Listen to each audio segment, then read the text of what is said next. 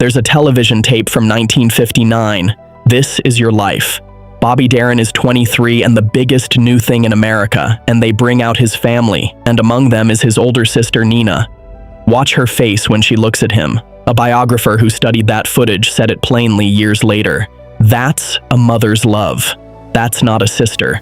Everyone in that room knew except him. He was born Walden Robert Casotto in 1936.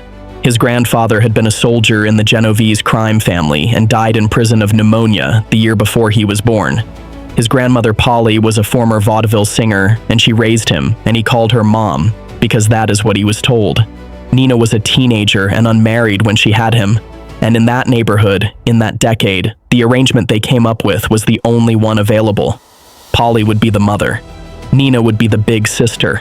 The baby would never know.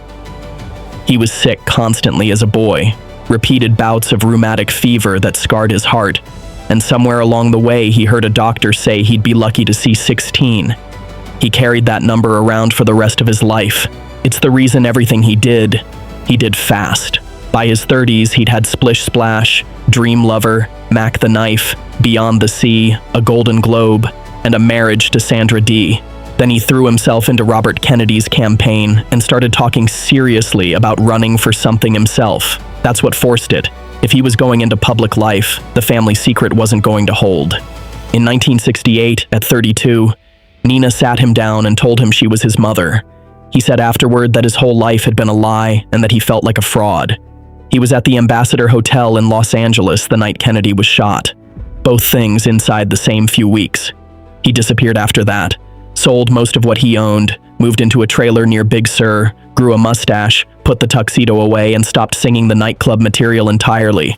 When he came back, he was singing folk songs and protest songs, and audiences who wanted Mac the Knife didn't know what to do with him. He asked Nina one question over and over: who was his father?